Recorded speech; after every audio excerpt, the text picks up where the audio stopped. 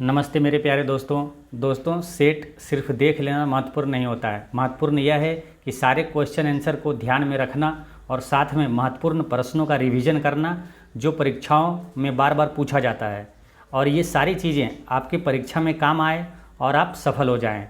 तो चलिए दोस्तों शुरू करते हैं। आज का पहला क्वेश्चन है दोस्तों कि बिहार में शांति व्यवस्था स्थापित करने के बाद राजा मानसिंह ने उड़ीसा पर कब आक्रमण किया था। तो इसका करेक्ट आंसर दोस्तों 1590 ईस्वी में आक्रमण किया था।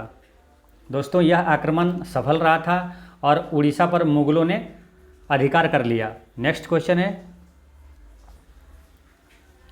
बंगाल के किस नवाब ने मुंगेर को अपनी राजधानी बनाया था। तो इसका करेक्ट आंसर है दोस्तों मीर कासिम ने। मीर कासिम ने। ये क्वेश्चन बिहार के लिए अति महत्वपूर्ण है दोस्तों, बार बार पूछा जाता है कि मुंगेर को राजधानी किसने बनाया था, किस नवाब ने। तो इसे याद कैसे रखना दोस्तों, जैसे कि आपका एक मूंग का खेत है, ठीक है। मूंग, आपका कोई लड़का है कि मूंग तोड़ लिया, तो आप उससे पूछ रहे हैं कि आपने मूंग तोड़ा, तो वो लड़के बोल रहा है कि माँ कसम मूंग नहीं तोड़े, मूंग नहीं तोड़े माँ कसम। यानी कि मुंगेर को राजधानी किसने बनाया, मीर कासिम। मूंग यानी मुंगेर, माँ कसम यानी मीर कासिम। ऐसे रिलेट करके याद रखना है दोस्तों। नेक्स्ट क्वेश्चन है कि अशोक के शिलालेखों में कौन सी लिपि का प्रयोग किया गया है। तो इसका करेक्ट आंसर है ब्राह्मणी लिपि का प्रयोग किया गया है। अगर आपसे पूछा जाता है कि अशोक का शिलालेख किस भाषा में है, तो मगधी भाषा में, ये याद रखना है। नेक्स्ट क्वेश्चन है, किस वंश के शासनकाल के दौरान महान चीन की दीवार का निर्माण किया गया। तो इसका करेक्ट आंसर है दोस्तों चीन सी हुआंग इसका पूरा नाम है। तो इसे याद रखना कैसे, चीन की दीवार तो चीन, ऐसे रिलेट कर लेना है। नेक्स्ट क्वेश्चन है दोस्तों, सिंधु घाटी की सभ्यता में कालीबंगन निम्नलिखित में से किस चीज़ के लिए प्रसिद्ध है। इसका करेक्ट आंसर है मिट्टी के बर्तन के लिए। कालीबंगन मिट्टी के बर्तन के लिए प्रसिद्ध है। Option number D correct answer है। और कालीबंगन से 2-3 क्वेश्चन पूछा जाता है, जैसे कि जूते हुए खेत के निशान कहाँ से मिले थे, तो कालीबंगा से। काली चूड़ी कहाँ से मिले, तो कालीबंगा से। कालीबंगा किस राज्य में है, तो राजस्थान में है। नेक्स्ट क्वेश्चन है, शिवाजी को किस वर्ष छत्रपति का ताज मिला। तो इसका करेक्ट आंसर है 1674 ईस्वी में छत्रपति का ताज मिला था शिवाजी से। ये चीज़ याद रखना है कि अष्टप्रधान शिवाजी के दरबार में रहते थे, और एक है अष्ट दिग्गज, वो कृष्णदेव राय के दरबार में रहते थे। अष्ट दिग्गज, दिग्गज देवराय, ऐसे रिलेट करना है। दिग्गज का बोलेगा तो देवराय, कृष्णदेव राय के समय, और अष्टप्रधान तो शिवाजी के दरबार में रहता था। नेक्स्ट क्वेश्चन है, निम्नांकित में से कौन बिहार का प्रथम नायाब नाजिब था। तो इसका करेक्ट आंसर है राजा राम नारायण। राजा राम नारायण बिहार का प्रथम नायाब था, और इसके बाद बने थे ये राजा सिताब राय, ये ध्यान रखना है। नेक्स्ट क्वेश्चन है कि बिहार के क्षेत्र में 1757-58 के मध्य मीर जाफर एवं अंग्रेजों का विरोध किसने आरंभ किया था। मीर जाफर एवं अंग्रेजों का विरोध किसने आरंभ किया था। इसका करेक्ट आंसर है राजा राम नारायण ने, पहलवान सिंह ने, और कामगार खां एवं सुंदर सिंह ने, उपर्युक्त सभी। नेक्स्ट क्वेश्चन है क्वेश्चन नंबर 9, गुरिल्ला युद्ध की अवधारणा को लागू किया था। गुरिल्ला युद्ध किसने अपनाया था दोस्तों। इसका करेक्ट आंसर है शिवाजी ने। गुरिल्ला युद्ध को छापामार युद्ध भी कहते हैं। नेक्स्ट क्वेश्चन है, वह मस्जिद कहाँ है जहाँ पैगंबर मोहम्मद साहब की दाढ़ी बाल को सुरक्षित रखा गया है। इसका करेक्ट आंसर है श्रीनगर में। श्रीनगर जम्मू कश्मीर में है। दोस्तों एक क्वेश्चन यहाँ पूछा जाएगा आपसे कि पैगंबर मोहम्मद साहब का जन्म कहाँ हुआ, तो मक्का में हुआ था। मक्का सऊदी अरब में है। नेक्स्ट क्वेश्चन है, स्वतंत्रता के उपरांत बिहार में उग्र छात्र आंदोलन की शुरुआत कब हुई। स्वतंत्रता के बाद बिहार में उग्र छात्र आंदोलन कब हुआ। तो इसका करेक्ट आंसर है 1955 ईस्वी में हुआ था। नेक्स्ट क्वेश्चन है कि टीपू सुल्तान की राजधानी कहाँ थी। तो इसका आंसर क्या है, इसका करेक्ट आंसर है श्रीरंगपट्टनम थी। टीपू सुल्तान की राजधानी श्रीरंगपट्टनम में थी। नेक्स्ट क्वेश्चन है, नमक सत्याग्रह एवं दांडी पर सरकार की तत्कालिक प्रतिक्रिया थी। तो इसका आंसर क्या है, इसका करेक्ट आंसर है इसे गंभीरता से नहीं लिया था, सरकार ने इसे गंभीरता से नहीं लिया था। तो नमक सत्याग्रह या दांडी जब भी आए तो आपको सारे इससे रिलेटेड महत्वपूर्ण क्वेश्चन को रिकॉल कर लेना है। जैसे नमक सत्याग्रह को ही दांडी या मार्च भी कहते हैं, और दांडी मार्च कुल 24 दिन तक चला था। इसमें 79 अनुयायी थे, कहीं कहीं 78 अनुयायी देता है, ध्यान रखना है। और यह कुल कितने किलोमीटर चली? 390 किलोमीटर चली थी। नेक्स्ट क्वेश्चन है, ब्रिटिश सरकार ने पहली बार यह घोषणा की कि उनकी मंशा भारत में धीमे धीमे एक उत्तरदायी सरकार बनाने की है। तो इसका आंसर क्या है? इसका करेक्ट आंसर है अगस्त घोषणा 1917 में ये मंशा घोषित किया था कि धीरे धीरे उत्तरदायी सरकार बनाना है भारत में। नेक्स्ट क्वेश्चन 1917 आया, 1917 से रिलेटेड कि चंपारण सत्याग्रह 1917 में हुआ, ये ध्यान रखना है। नेक्स्ट क्वेश्चन है, अंग्रेज भारत में व्यापारी के रूप में आए और उन्होंने जो कंपनी बनाई उसका नाम क्या था? तो अंग्रेज जो कंपनी बनाई उसका नाम क्या था? ईस्ट इंडिया कंपनी था। ऑप्शन में देखते हैं, east India company option number D में है। नेक्स्ट क्वेश्चन है कि ईस्ट इंडिया कंपनी के परमिटों का प्रयोग करने की कानूनी वैधता एक राजकीय आदेश पर निर्भर करती थी, वह आदेश किसने पारित किया था? तो इसका आंसर क्या होगा?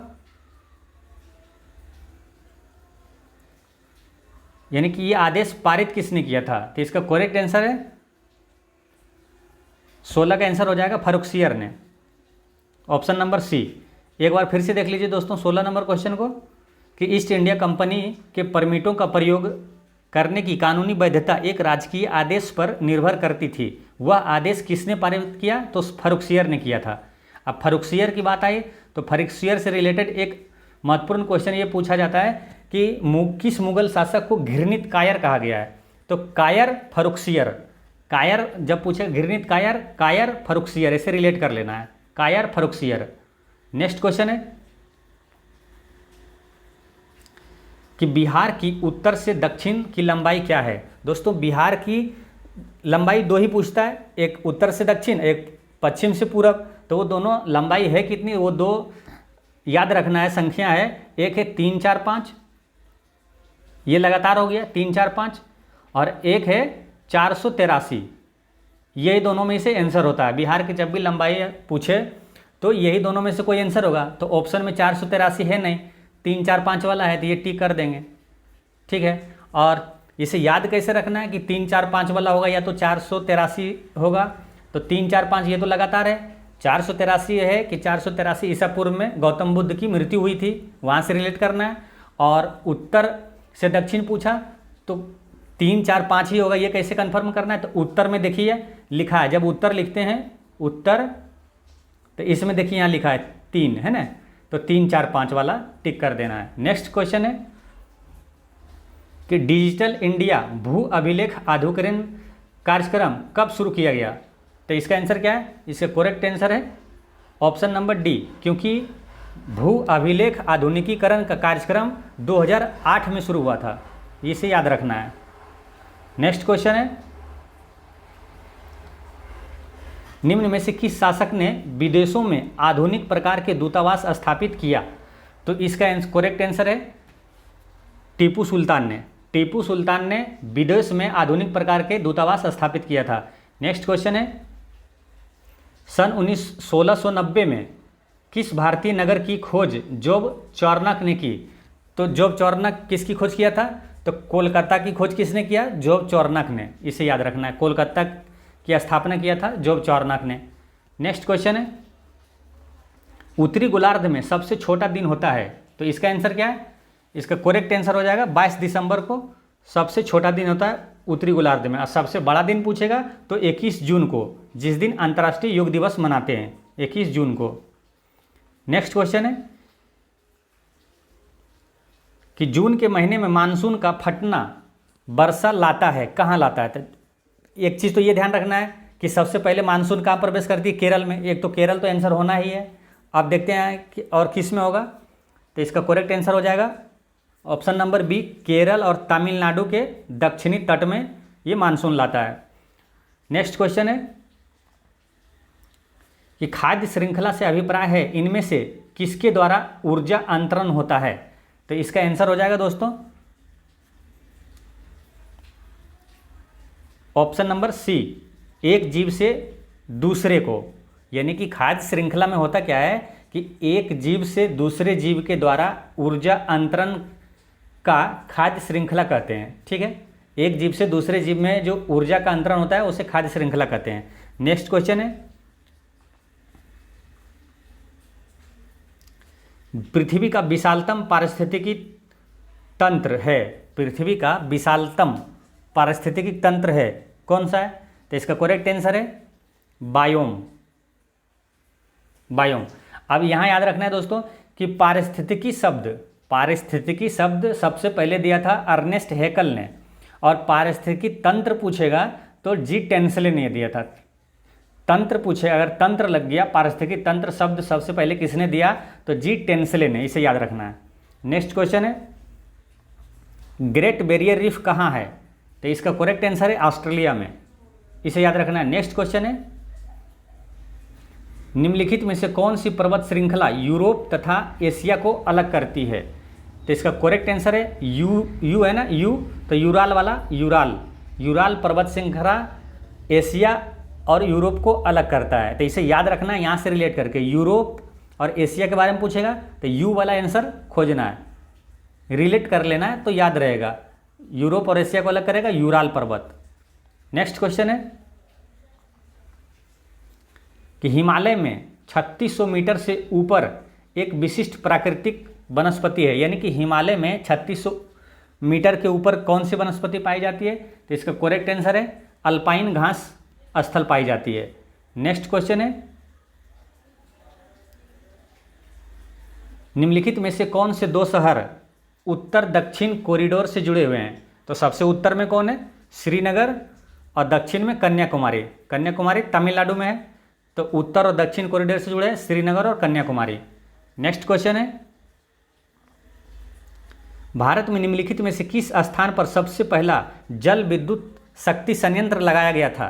तो इसका करेक्ट आंसर है शिव समुद्रम में, यानी शिव भगवान से ही शुरू हुआ था सबसे पहला जल विद्युत शक्ति, शिव शक्ति, ऐसे याद रख लेना। पहला जल विद्युत शक्ति संयंत्र शिव समुद्रम पे लगाया गया था। नेक्स्ट क्वेश्चन है, भारत में ऊर्जा उत्पादन के लिए निम्नलिखित में से कौन सा प्रमुख कच्चा पदार्थ है? ऊर्जा उत्पादन के लिए भारत में सबसे प्रमुख कच्चा पदार्थ क्या मालूम? कोयला है। अब कोयला से रिलेटेड दो क्वेश्चन अति महत्वपूर्ण पूछा जाएगा और इसमें आप कंफ्यूज भी होंगे। आज मैं कंफ्यूजन भी दूर करता हूँ। अगर पूछा गया सबसे सर्वाधिक कोयला उत्पादक राज्य कौन सा है, तो आपको दिमाग में आ रहा होगा झारखंड, लेकिन झारखंड नहीं है, अब छत्तीसगढ़ है। सबसे अधिक कोयला का उत्पादन अब छत्तीसगढ़ करता है। अगर पूछा कि सर्वाधिक कोयले का भंडारण किस राज्य में है, तो झारखंड आंसर होगा, ये याद रखना है। नेक्स्ट क्वेश्चन है, भारत निम्न में से किस देश में चाबहार बंदरगाह बना रहा है? तो इसका करेक्ट आंसर है ईरान में। ईरान में चाबहार बंदरगाह बना रहा है। नेक्स्ट क्वेश्चन है, निम्नलिखित विकल्पों में से भारत का सबसे व्यस्त अंतर्राष्ट्रीय बंदरगाह कौन सा है? सबसे व्यस्त अंतर्राष्ट्रीय बंदरगाह है मुंबई, इसका करेक्ट आंसर हो गया मुंबई। नेक्स्ट क्वेश्चन है 33 में है कि निम्नलिखित में से किसका प्रयोग करके ऊष्मीय विद्युत पैदा की जाती है? तो इसका करेक्ट आंसर है कोयला, प्राकृतिक गैस और पेट्रोलियम, ये तीनों का प्रयोग करके हम उसमें विद्युत पैदा कर सकते हैं। नेक्स्ट क्वेश्चन है, कोबाडा न्यूक्लियर पार्क परियोजना को किस राज्य में स्थापित करने का प्रस्ताव है? इसका करेक्ट आंसर है आंध्र प्रदेश में। नेक्स्ट क्वेश्चन है, निम्नलिखित में से कौन बायोस्फीयर रिजर्व या सुरक्षित जीवमंडल नहीं है? दोस्तों बायोस्फीयर रिजर्व भारत में कुल कितने हैं? तो 18, ये याद रखना है। ये कैसे याद रखना है? क्योंकि पुरानों की संख्या भी 18 है, वहाँ से रिलेट कर लिए। अब इसमें से कौन सा नहीं है? कुल 18 बायोस्फीयर रिजर्व है जिसे सुरक्षित जीवमंडल भी कहते हैं। तो इसका करेक्ट आंसर है काजीरंगा नहीं है। काजीरंगा राष्ट्रीय उद्यान ये बायोस्फीयर रिजर्व नहीं है। मन्नार की खाड़ी, नीलगिरी और सुंदरबन ये सुरक्षित जीवमंडल है, इसे याद रखना है। नेक्स्ट क्वेश्चन है कि एफडीआई का पूरा नाम क्या है। एफडीआई मतलब फॉरेन डायरेक्ट इन्वेस्टमेंट, प्रत्यक्ष विदेशी निवेश। नेक्स्ट क्वेश्चन है, उपभोक्ता उस बिंदु पर अधिकतम संतुष्टि प्राप्त करता है जहां पर क्या होता है। इसका करेक्ट आंसर है ऑप्शन नंबर ए, सीमांत उपयोगिता और मूल्य जब बराबर होता है तो उपभोक्ता अधिकतम संतुष्ट होता है। नेक्स्ट क्वेश्चन है, निम्न में से कौन सा समूह संघ कर से संबंधित है। संघ कर मतलब केंद्र सरकार वो कर वसूलता है, तो इसका करेक्ट आंसर है ऑप्शन नंबर बी, उत्पाद शुल्क, सीमा शुल्क और आयकर। ऑप्शन नंबर ए में क्या था, उत्पाद शुल्क, विक्रय कर और सीमा शुल्क। तो विक्रय कर राज्य सरकार वसूल करता है, इसलिए ये आंसर नहीं होगा। तो संघ सरकार जो केंद्र सरकार है वसूल करता है ये उत्पाद शुल्क, सीमा शुल्क और आयकर, ये तीनों। नेक्स्ट क्वेश्चन है, मुद्रा स्फीति जनित मंदी देश परिस्थिति को संदर्भित करता है। इसका करेक्ट आंसर हो जाएगा ऑप्शन नंबर डी। डी में क्या है कि समृद्धि की दर मूल्य वृद्धि से कम है। मुद्रास्फीति जनित मंदी में क्या होता है कि आर्थिक वृद्धि नहीं होती है, बेरोजगारी उच्च स्तर पर होता है, ये ध्यान रखना है। इसलिए क्या होगा कि वृद्धि दर जो है मूल्य वृद्धि दर से कम होगा। नेक्स्ट क्वेश्चन है कि सरकारी बंधपत्र को बेचने की प्रक्रिया बजट देश के अंतर्गत आती है। तो सरकारी बंधपत्र को बेचने की प्रक्रिया बजट किस बजट में आता है, तो आता है दोस्तों ये पूंजी प्राप्तियां के अंतर्गत आती है। पूंजी प्राप्तियां, इसका करेक्ट आंसर हो जाएगा 40 का डी, पूंजी प्राप्तियां के अंतर्गत आती है। नेक्स्ट क्वेश्चन है, भारत में किस प्रकार का आपातकाल अभी तक लागू नहीं किया गया है। दोस्तों यहां ध्यान रखना है कि 3 महत्वपूर्ण अनुच्छेद है जो आपात लगाता है, 352, 356, 360। तो अब तक कौन सा लागू नहीं हुआ, तो ये आपको याद रखना है कि वित्तीय आपातकाल अभी तक अपने देश में नहीं लागू हुआ है। 352 में है राष्ट्रीय आपात, अनुच्छेद 352 में है राष्ट्रीय आपात, और 356 में है राष्ट्रपति शासन, और 360 में है वित्तीय आपात। ये याद रखना है।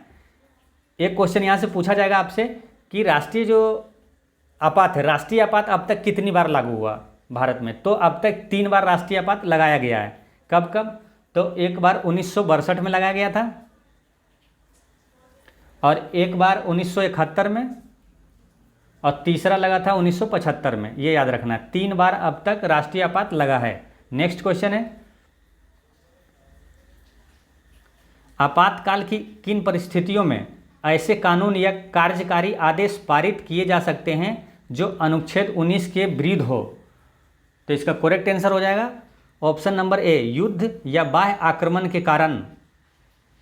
युद्ध या बाह्य आक्रमण के कारण ऐसे कानून या कार्यकारी आदेश पारित किए जा सकते हैं जो अनुच्छेद 19 के विरुद्ध हो, इसे याद रखना है। नेक्स्ट क्वेश्चन है,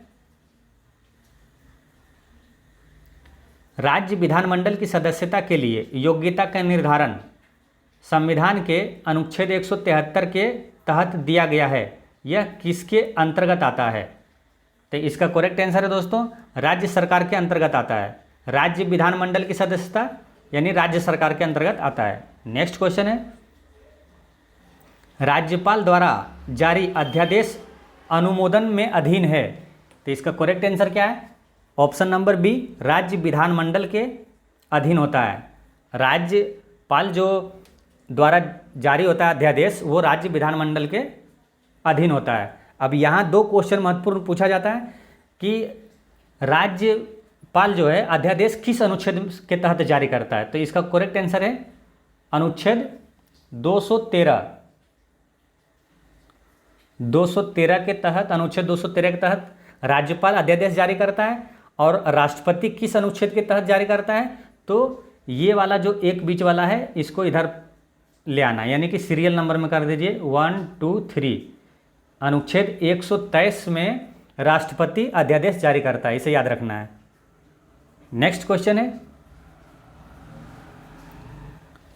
राष्ट्रपति और उपराष्ट्रपति के चुनाव के तथा सर्वोच्च न्यायालय और उच्च न्यायालय के न्यायाधीशों को हटाने में भाग लेता है। यानी कि राष्ट्रपति और उपराष्ट्रपति के चुनाव में कौन भाग लेता है, अगर इतना भी जानते हैं तो इसका आंसर लगा सकते हैं, लोकसभा।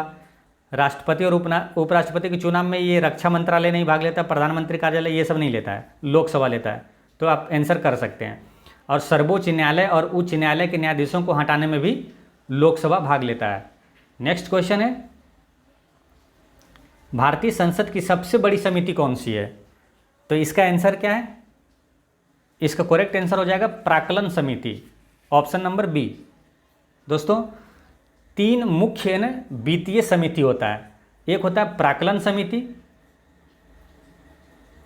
और दूसरा होता है लोक लेखा समिति, और तीसरा हो गया सार्वजनिक उपक्रम समिति।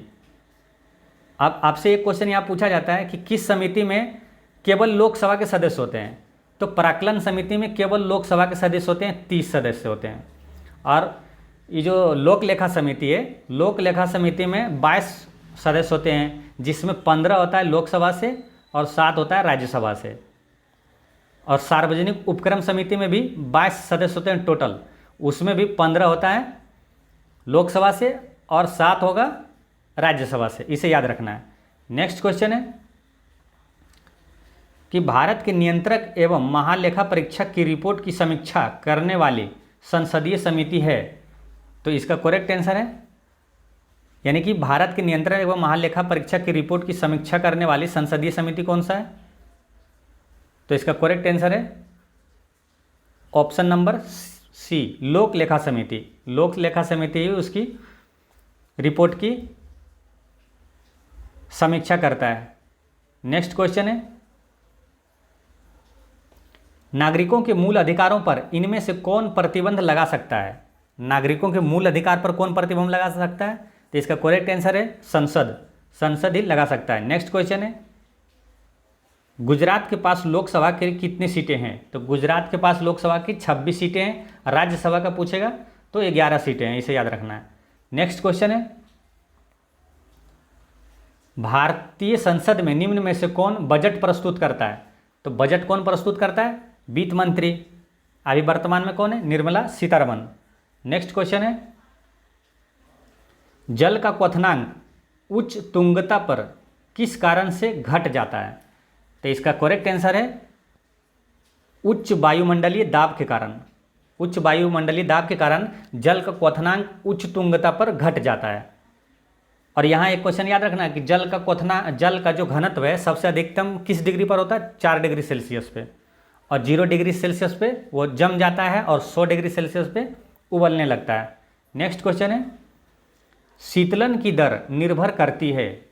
तो इसका करेक्ट आंसर है उपर्युक्त सभी, यानी कि बॉडी और उसके आसपास की चीज़ों के बीच तापमान में अंतर पर, विकिरणकारी सतह की प्रकृति पर, विकिरणकारी सतह का क्षेत्र पर।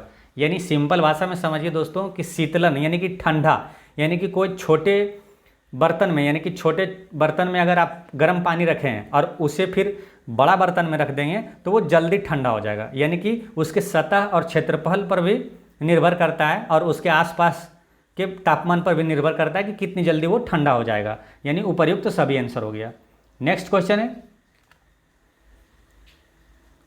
शीतकाल में हैंडपंप का पानी गर्म होता है क्योंकि पृथ्वी के भीतर जो तापमान है वायुमंडल के तापमान से अधिक होता है। जब शीतकाल यानी ठंडा का मौसम होता है तो वायुमंडल का तापमान ठंडा हो जाता है, लेकिन पृथ्वी के अंदर जो तापमान है वो गर्म ही रहता है, इतना ध्यान रखना है। नेक्स्ट क्वेश्चन है, किसी परखनली में अमोनियम क्लोराइड तथा सोडियम क्लोराइड गर्म करना निम्न में से किसका उदाहरण है? इसका करेक्ट आंसर है खुली प्रणाली का। यानी कि किसी परखनली में अमोनियम क्लोराइड और सोडियम क्लोराइड को गर्म करेंगे तो उसे खुली प्रणाली कहेंगे। नेक्स्ट क्वेश्चन है, निम्न में से किसे ठोस सोल का उदाहरण कहेंगे? इसका करेक्ट आंसर है रंगीन रत्नों को। ठोस सोल का उदाहरण है रंगीन रत्न, क्योंकि ठोस सोल है ना वह कोलाइडी विलयन होता है जिनमें पदार्थ के ठोस कणों का किसी ठोस माध्यम में परिक्षेपण होता है। नेक्स्ट क्वेश्चन है, 56। अमेरिका द्वारा जापान के ऊपर जो 2 परमाणु बम गिराए गए उसका नाम क्या था? तो इसका करेक्ट आंसर है लिटिल बॉय और फेटमैन। दोस्तों ऑप्शन में अगर दे दिया कि लिटिल मैन और फेट बॉय तो ये कन्फ्यूजन वाला है, तो इसे याद ऐसे रिलेट कर लेना है कि बॉय मतलब बच्चा, लिटिल बॉय, और मैन जब हुआ तो वो फेट हो गया, fat man. Little boy, boy little, और man fat, little boy fat man, ऐसे याद रखना है। नेक्स्ट क्वेश्चन है, किसी व्यक्ति की आंखों का भूरा, नीला तथा काला रंग किस विशेष रंजक की उपस्थिति पर आधारित है? तो इसका करेक्ट आंसर है आइरिस। एक क्वेश्चन आता है कि प्रकाश की मात्रा को कौन नियंत्रित करता है? तो आइरिस, इसका आंसर होता है आइरिस। नेक्स्ट क्वेश्चन है, रक्त के थक्के के निर्माण में किस एंजाइम का युक्तिकरण अथवा जुड़ाव होता है? इसका करेक्ट आंसर है पेप्सिन। पेप्सिन रक्त के थक्के बनने में सहायक होता है। नेक्स्ट क्वेश्चन है कि हीमोग्लोबिन में सम्मिलित धातु है, तो हीमोग्लोबिन में कौन सा धातु पाया जाता है? आयरन या लोहा, ये पाया जाता है। और एक क्वेश्चन पूछा जाता है आपसे कि जो शरीर में, रक्त में ऑक्सीजन का वहन कौन करता है, ऑक्सीजन को कौन ले जाता है? तो हीमोग्लोबिन, ये याद रखना है। नेक्स्ट क्वेश्चन है, शब्द RH फैक्टर संदर्भित है, तो किससे संदर्भित है ये? इसका करेक्ट आंसर है रिसस फैक्टर के, रिसस फैक्टर से संबंधित है। रिसस एक बंदर का नाम था दोस्तों। क्या हुआ था कि रिसस फैक्टर की खोज लैंड स्टीनर तथा एलेक्जेंडर बीनर ने रिसस मकाक नामक बंदर में किया था, इसे याद रखना है, वहीं से ये रिसस नाम आया था। नेक्स्ट क्वेश्चन है कि व्यक्तिगत सत्याग्रह में विनोबा भावे को प्रथम सत्याग्रही चुना गया था, तो दूसरा कौन था? दूसरा सत्याग्रही कौन था? तो पंडित जवाहरलाल नेहरू थे। अगर तीसरा पूछ दिया तो ब्रह्मदत्त थे। पहला विनोबा भावे और दूसरा सत्याग्रही पंडित जवाहरलाल नेहरू और तीसरा सत्याग्रही ब्रह्मदत्त थे। नेक्स्ट क्वेश्चन है,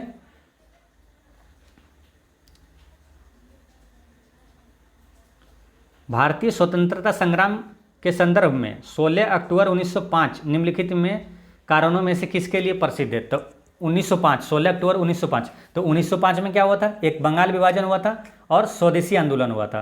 तो ऑप्शन में बंगाल विभाजन है, इसका करेक्ट आंसर हो जाएगा option number B. Next question है कि करो या मरो नारा निम्नलिखित में आंदोलनों में से किसके साथ संबंधित है? यानी करो या मरो का नारा किस आंदोलन में दिया? तो भारत छोड़ो आंदोलन में महात्मा गांधी जी ने दिया था, ये याद रखना है। नेक्स्ट क्वेश्चन है,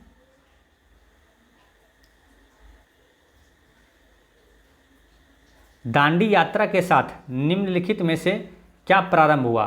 तो दांडी यात्रा कब हुआ था?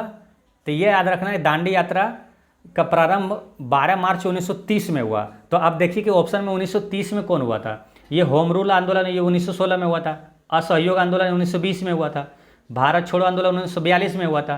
तो दांडी यात्रा किससे? तो 1930 में ये हुआ था, सविनय अवज्ञा आंदोलन। दांडी यात्रा जब भी आए तो तुरंत दिमाग में रिकॉल कर लेना चाहिए कि दांडी यात्रा 24 दिन तक चली थी। यह इसमें 79 अनुयायी थे और इसकी दूरी लगभग 390 किलोमीटर थी। नेक्स्ट क्वेश्चन है, भारतीय स्वतंत्रता संग्राम के दौरान रॉलेट एक्ट किस कारण से सार्वजनिक रोष उत्पन्न किया? तो इसका करेक्ट आंसर है, इसने लोगों को बिना मुकदमा चलाए जेल भेजने के लिए अधिकृत किया। दोस्तों इसे काला कानून भी कहा गया था और इसे बिना अपील, बिना दलील, बिना वकील का कानून कहा गया था, रॉलेट एक्ट को, इसे याद रखना है। इसका करेक्ट आंसर हो गया था ऑप्शन नंबर सी, इसने लोगों को बिना मुकदमा चलाए जेल भेजने के लिए अधिकृत किया। नेक्स्ट क्वेश्चन है, निम्नलिखित ब्रिटिश प्रधानमंत्रियों में से किसने भारत में क्रिप्स मिशन भेजा? तो क्रिप्स मिशन किसने भेजा था? विंस्टन चर्चिल ने भेजा था, इसे याद रखना है। विंस्टन चर्चिल से कुछ याद आ रहा है? विंस्टन चर्चिल ने ही महात्मा गांधी को अर्धनग्न फकीर कहा था, ये याद रखना है। नेक्स्ट क्वेश्चन है,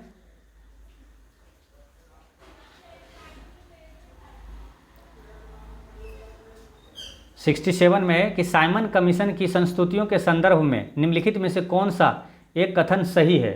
तो इसका करेक्ट आंसर है, इसने प्रांतों में द्वैध शासन को उत्तरदायी सरकार द्वारा प्रतिस्थापित करने की संस्तुति की थी। साइमन कमीशन क्या किया था कि प्रांतों में द्वैध शासन को उत्तरदायी सरकार द्वारा प्रतिस्थापित करने की संस्तुति की थी। साइमन कमीशन जब भी आए तो इसे तुरंत दिमाग में रखना है कि साइमन कमीशन का गठन 1927 में हुआ था। साइमन कमीशन भारत कब आया? तो 1928 में आया था, इसे याद रखना है। नेक्स्ट क्वेश्चन है कि निम्नलिखित कथनों पर विचार कीजिए। तो पहला क्या है कि डॉक्टर राजेंद्र प्रसाद ने महात्मा गांधी को चंपारण आने तथा कृषकों को समस्या की जांच करने के लिए राजी किया। ये गलत है, क्योंकि महात्मा गांधी को चंपारण आने का निमंत्रण राजकुमार शुक्ला ने दिया था। दूसरा, ये तो गलत हो गया। दूसरा देखते हैं, चंपारण जांच में आचार्य जेबी कृपलानी महात्मा गांधी के निकट सहयोगियों में से एक थे। ये सही है, केवल 2। ऑप्शन देखते हैं, ऑप्शन नंबर बी सही हो गया, केवल 2। नेक्स्ट क्वेश्चन है,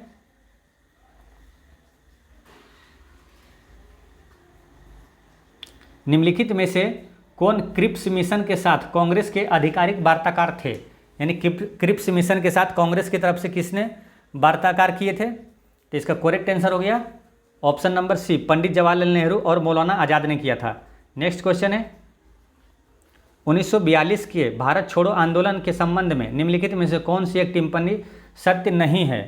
तो इसका करेक्ट आंसर है, यह आंदोलन अहिंसक था। ये सत्य नहीं है, क्योंकि इसमें भी हिंसा प्रवेश हो चुका था। नेक्स्ट क्वेश्चन है, एनजीटी का पूर्ण रूप क्या है? तो इसका करेक्ट आंसर है national green tribunal. National green tribunal यानी कि राष्ट्रीय हरित अधिकरण। नेक्स्ट क्वेश्चन है, निम्नलिखित में से कौन सा युग्म सही सुमेलित नहीं है? तो कौन सा सही सुमेलित नहीं है? इसका करेक्ट आंसर है दोस्तों, ये कार्बन व्यापार मॉन्ट्रियल प्रोटोकॉल, ये सुमेलित नहीं है, क्योंकि मॉन्ट्रियल प्रोटोकॉल ओजोन संरक्षण से संबंधित है। ये याद रखना है, मॉन्ट्रियल प्रोटोकॉल ओजोन संरक्षण से संबंधित है। बाकी ये सही है। प्रथम विश्व जलवायु सम्मेलन 1979 में हुआ। प्रथम विश्व शिखर सम्मेलन एजेंडा 21 कहलाता है, और पृथ्वी शिखर सम्मेलन +5 1997 में हुआ था। नेक्स्ट क्वेश्चन है, जल प्रदूषण निवारण तथा नियंत्रण अधिनियम किस वर्ष लागू किया गया? तो इसका आंसर क्या है? इसका करेक्ट आंसर है 1974 ईस्वी में। दोस्तों, जल प्रदूषण निवारण एवं नियंत्रण अधिनियम आया 1974 में लागू हुआ। इसी तरह आपसे कभी पूछ लिया जाता है कि वन संरक्षण अधिनियम कब आया, तो पर्यावरण संरक्षण अधिनियम कब लागू हुआ। तो आप पढ़ें तो, लेकिन कन्फ्यूज है सारे, कौन कब हुआ सब भूल गए। तो इसलिए एक बार एक साथ सबको देखते हैं। देखिए, वन्य जीव संरक्षण अधिनियम आया था 1972 में। जल प्रदूषण आया था ये 1974 में। सबको एक साथ रख के याद कर लेना है। और वन संरक्षण अधिनियम आया था 1986 में। और वन संरक्षण 1980। वन संरक्षण वन, यहाँ देखिए वन ऐसे लग रहा है ना, 10 टाइप का, यहाँ 1 तो 0 यहाँ 1980। अब पर्यावरण संरक्षण अधिनियम पूछेगा, पर्यावरण, तो वो है 1986। अब 4 एक साथ हो गया। वन्य संरक्षण अधिनियम 1972, फिर जल संरक्षण 1974, वन यानी 1980, वन संरक्षण अधिनियम 1980। अब पर्यावरण संरक्षण अधिनियम 1986, इसे याद रखना है। नेक्स्ट क्वेश्चन है कि इनमें से किस पर्यावरणविद को जल पुरुष के नाम से जाना जाता है? तो इसका करेक्ट आंसर क्या है? Option number B, Rajendra Singh. ये वो डॉक्टर राजेंद्र प्रसाद नहीं है, ये राजेंद्र सिंह, ये पर्यावरणविद थे, पर्यावरण कार्यकर्ता थे, यूपी के थे। ये जल पुरुष किसे कहते हैं? राजेंद्र सिंह को। नेक्स्ट क्वेश्चन है कि चिपको आंदोलन के प्रणेता कौन थे? चिपको आंदोलन जैसी आए तो सुंदरलाल बहुगुणा दिमाग में आना चाहिए। चिपको आंदोलन के प्रणेता थे सुंदरलाल बहुगुणा। इसका करेक्ट आंसर हो जाएगा option number C Sunderlal Bahuguna.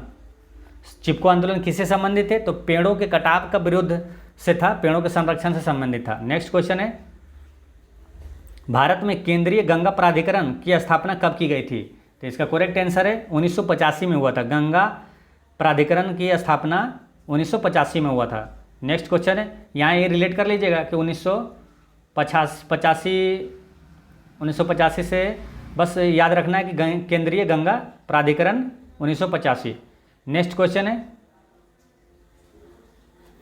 कौन जलवायु परिवर्तन का संकेतक नहीं है? तो इसका करेक्ट आंसर है ऑप्शन नंबर डी दीर्घकालीन परिवर्तन। ये जलवायु परिवर्तन का संकेतक नहीं है। जलवायु परिवर्तन का संकेतक है वानस्पतिक संकेतक, हिमीय संकेतक और विवर्तनीय संकेतक। नेक्स्ट क्वेश्चन है, पर्यावरण सुरक्षा अधिनियम को अन्य किस नाम से जाना जाता है? तो इसका करेक्ट आंसर हो गया छाता विधान। दोस्तों, पर्यावरण जो संरक्षण अधिनियम 1986 में आया था उसको ही छाता विधान कहा गया। नेक्स्ट क्वेश्चन, भारत का सर्वप्रथम राष्ट्रीय उद्यान निम्नलिखित में से कौन सा है? यानी कि भारत का पहला राष्ट्रीय उद्यान कौन सा है? तो Jim Corbett national park. Option number D Corbett राष्ट्रीय उद्यान, जिसका इसके पहले नाम था हेली नेशनल पार्क, फिर नाम हुआ इसका जिम कॉर्बेट नेशनल पार्क, लेकिन वर्तमान में अभी है रामगंगा नेशनल पार्क। इसे याद रखना है। नेक्स्ट क्वेश्चन है,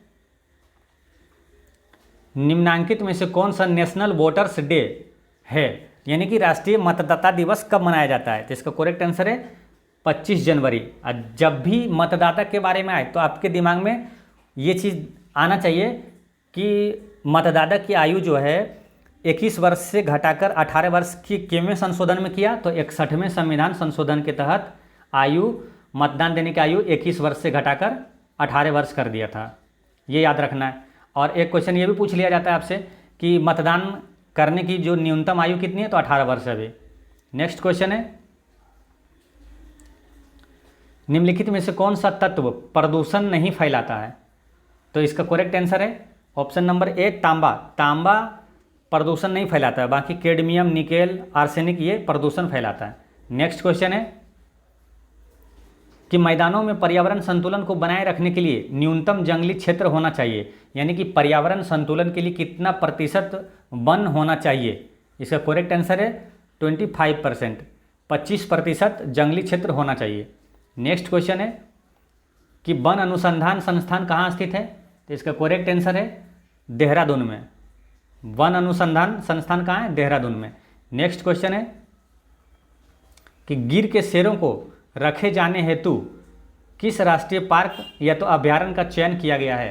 तो इसका करेक्ट आंसर है पालपुर कूनो नेशनल पार्क। अब यहाँ देखिए, गिर से याद रखना है आपको कि गिर राष्ट्रीय उद्यान कहाँ है? गुजरात में। अगर यहाँ कूनो आया तो कूनो से आपको याद आ रहा है कि जो नामीबिया से जो 8 चीता लाया था वो ये कूनो नेशनल पार्क में ही रखा गया है। ये मध्य प्रदेश में है। नेक्स्ट क्वेश्चन है, निम्नलिखित में से कौन सा लालसर पक्षी के संरक्षण से संबंधित पक्षी विहार है?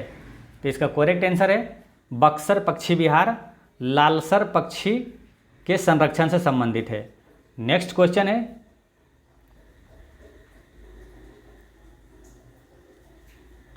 कि हरित सूचकांक यानी ग्रीन इंडेक्स किसके द्वारा विकसित किया गया था? तो इसका करेक्ट आंसर है यह संयुक्त राष्ट्र पर्यावरण कार्यक्रम के द्वारा विकसित किया गया था, UNEP। इसे याद रखना, संयुक्त राष्ट्र पर्यावरण कार्यक्रम के द्वारा हरित सूचकांक विकसित किया गया था। नेक्स्ट क्वेश्चन है, एक सींग वाला गेंडा निम्नलिखित प्रदेशों में पाया जाता है। जैसे ही कभी एक सींग वाले गेंडा के जिक्र हुआ तो तुरंत आपके दिमाग में आना चाहिए एक सींग वाला गेंडा के लिए सबसे प्रसिद्ध है, विश्व प्रसिद्ध है काजीरंगा नेशनल पार्क, जो कि असम में है। असम का काजीरंगा राष्ट्रीय उद्यान एक सींग वाले गेंडे के लिए विश्व प्रसिद्ध है। तो एक तो असम इसमें आंसर होगा, और दूसरा है कि एक सींग वाले गेंडे ये पश्चिम बंगाल में भी पाया जाता है। तो करेक्ट आंसर हो गया ऑप्शन नंबर बी। और नेक्स्ट क्वेश्चन देखते हैं कि संयुक्त राष्ट्र द्वारा वर्ष 2008 को अंतर्राष्ट्रीय वर्ष घोषित किया गया। तो इसका करेक्ट आंसर क्या है? स्वच्छता। 2008 को स्वच्छता के लिए अंतर्राष्ट्रीय वर्ष घोषित किया गया था। और अगर आपसे पूछ लिया जाए कि वर्ष 2023 को कौन सा अंतर्राष्ट्रीय वर्ष घोषित किया गया, तो किया गया है मोटे अनाज का अंतर्राष्ट्रीय वर्ष घोषित किया गया 2023 को, मोटे अनाज का अंतर्राष्ट्रीय वर्ष। नेक्स्ट क्वेश्चन है कि भोपाल गैस त्रासदी के दौरान जो गैस निकली थी उसका नाम क्या है, कौन सा गैस निकला था? तो इसका करेक्ट आंसर है मिथाइल आइसोसाइनेट। इसे याद रखना है, कन्फ्यूजन करने के लिए बहुत सारा ऑप्शन में दे दिया है ना, लेकिन यहाँ methyl isocyanate, methyl isocyanate. Next question है ओजोन छिद्र का निर्माण सर्वाधिक है। ओजोन जब भी आए कहीं भी तो तुरंत दिमाग में आपका आना चाहिए ओजोन संरक्षण दिवस 16 सितंबर को मनाया जाता है। ओजोन परत उसके नीचे जो समताप मंडल में है उसमें पाया जाता है। और मॉन्ट्रियल प्रोटोकॉल ओजोन संरक्षण से संबंधित है। अब इसको देखते हैं, ओजोन छिद्र सर्वाधिक कहाँ से दिखता है? तो इसका करेक्ट आंसर है अंटार्कटिका के ऊपर। अंटार्कटिका के ऊपर से आपको ओजोन में कितना छिद्र सबसे स्पष्ट रूप से वहाँ दिखाई देता है। दोस्तों ये सेट नंबर 14 रंजीत सर का ये समाप्त होता है। और पिछले वीडियो में आपसे मैंने एक क्वेश्चन पूछा था कि एशिया का पहला डॉल्फिन अनुसंधान केंद्र कहाँ स्थापित किया जाएगा, तो इसका करेक्ट आंसर है पटना। और आज का क्वेश्चन है कि बिहार में कितने प्रमंडल हैं।